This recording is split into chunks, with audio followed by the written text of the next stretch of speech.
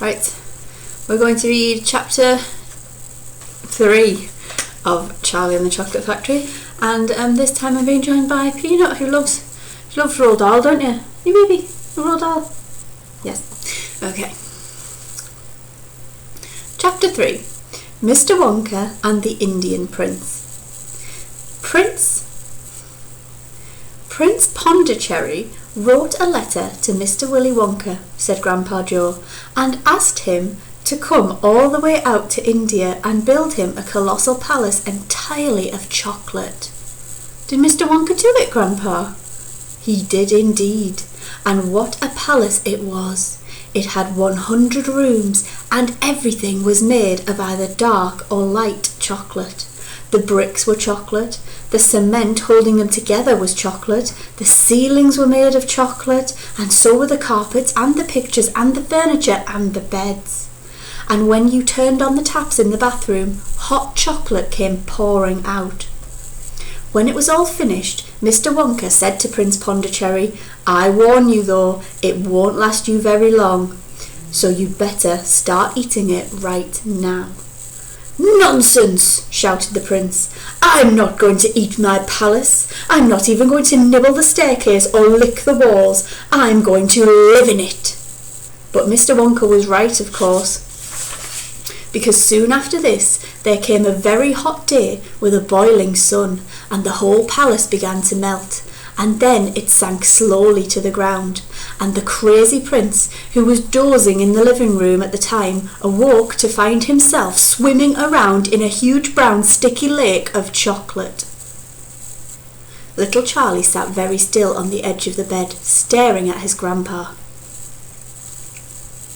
Charlie's face was bright. His eyes were stretched so wide you could see the whites all around them. "Is this really true?" he asked, "or are you pulling my leg?" "It's true!" cried all 4 of the old people at once. "Of course it's true. Ask anyone you'd like." "And I'll tell you something else that's true," said Grandpa Joe, and now he leaned closer to Charlie and lowered his voice to a soft, secret whisper.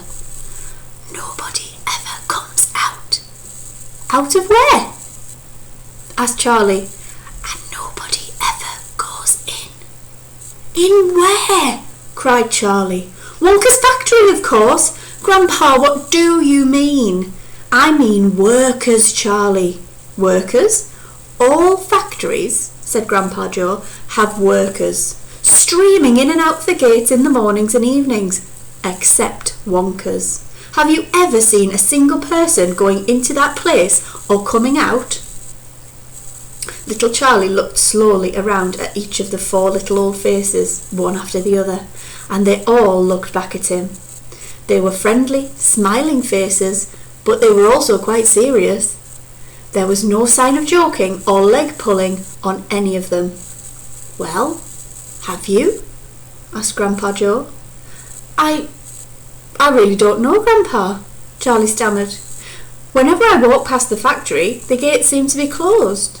"Exactly," said Grandpa Joe. "But there must be people working there." "Not people, Charlie.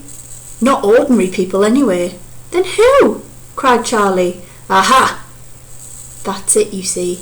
That's another of Mr. Willy Wonka's clevernesses."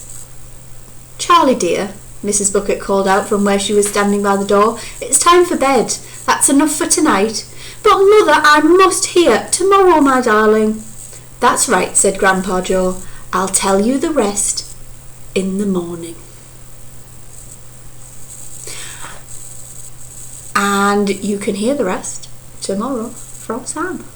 Bye. Say bye.